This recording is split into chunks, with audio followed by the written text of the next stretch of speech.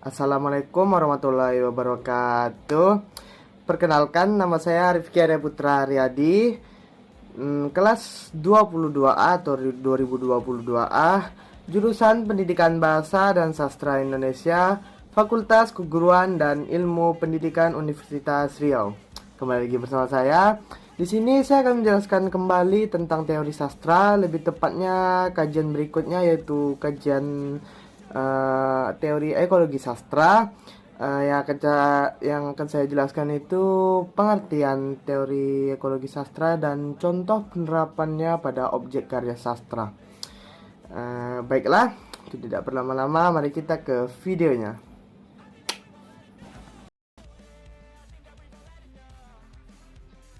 Baiklah, langsung saja kita ke pengertian teori ekologi sastra.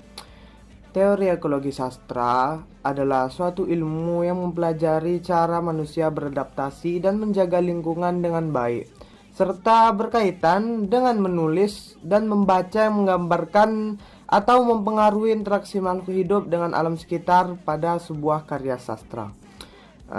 Untuk penerapan contohnya itu kita akan bahas ya. Di sini saya mengambil salah satu objek contoh karya sastra yaitu cerpen, salah satu cerpen yang berjudul Palasik, karya Hamsat Rangkuti.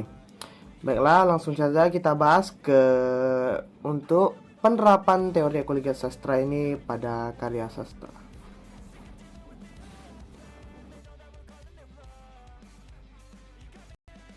Baiklah, langsung saja kita ke sinopsis ceritanya.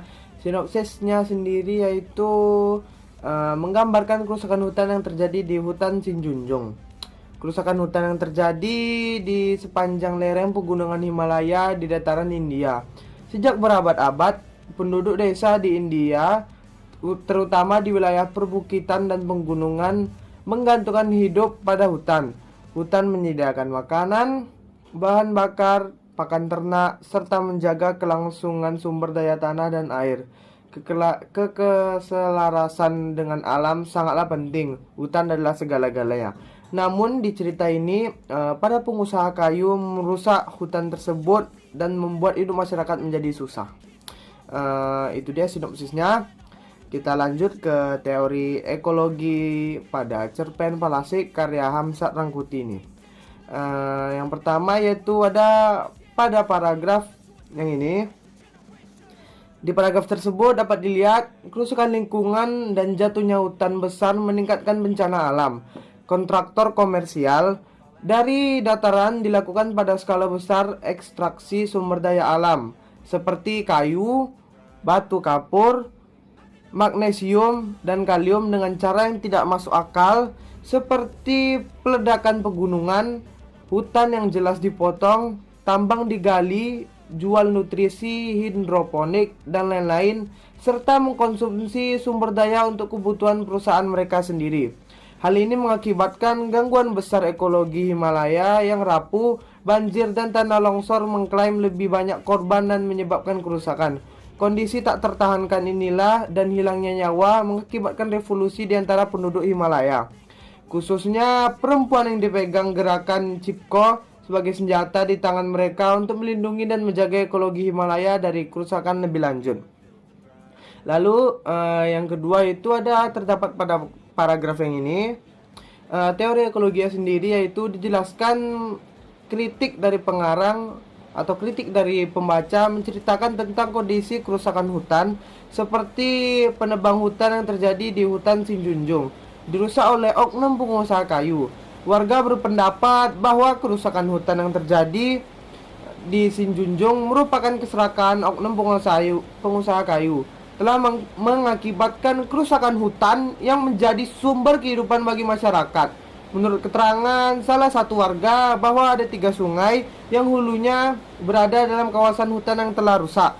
Padahal sungai itu merupakan sumber mata air bagi penduduk di sana, namun telah rusak dan tercemar oleh penebangan hutan serta limbah dari pengusaha yang tidak bertanggung jawab. Lalu yang ketiga terdapat pada paragraf ini, menjelaskan akibat dari penebangan liar bahwa semua binatang yang berada di dalam hutan harus lari tanpa arah karena tempat tinggalnya telah dirusak oleh penguasa hutan.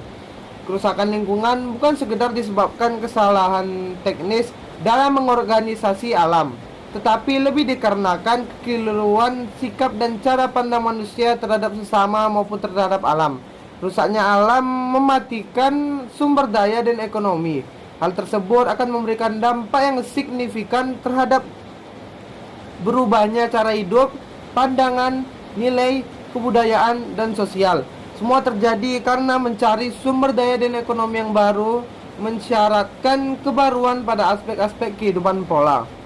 Lalu teori ekologi atau kritik dari pengarang pandangan ekologi yang terakhir itu terdapat pada paragraf yang ini.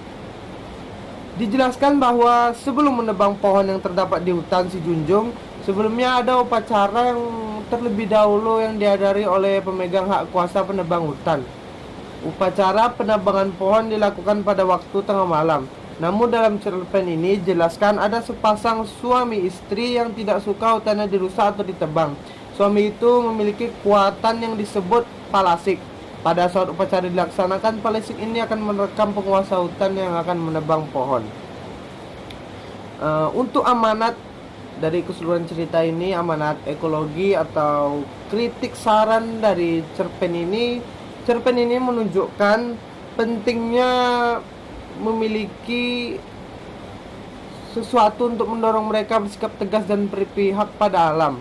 Meskipun alat pendorong tersebut hanyalah sebuah mitos yang diyakini. Hal ini tersebut jauh lebih baik daripada tidak memiliki apapun yang bisa kita gunakan untuk memihak alam atau lingkungan.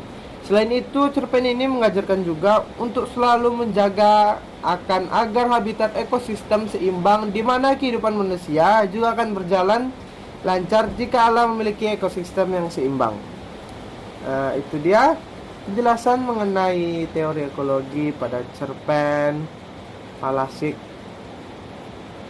karya Hamsud Rakungti. Mungkin hanya itu yang bisa saya sampaikan. Semoga ilmu yang saya berikan ini dapat bermanfaat dan menjadi amal jariah untuk kita semua. Pesan dari saya, sayangilah alam, maka alam akan sayang kepada kita. Sampai berjumpa di video selanjutnya. Assalamualaikum warahmatullahi wabarakatuh dan selamat malam.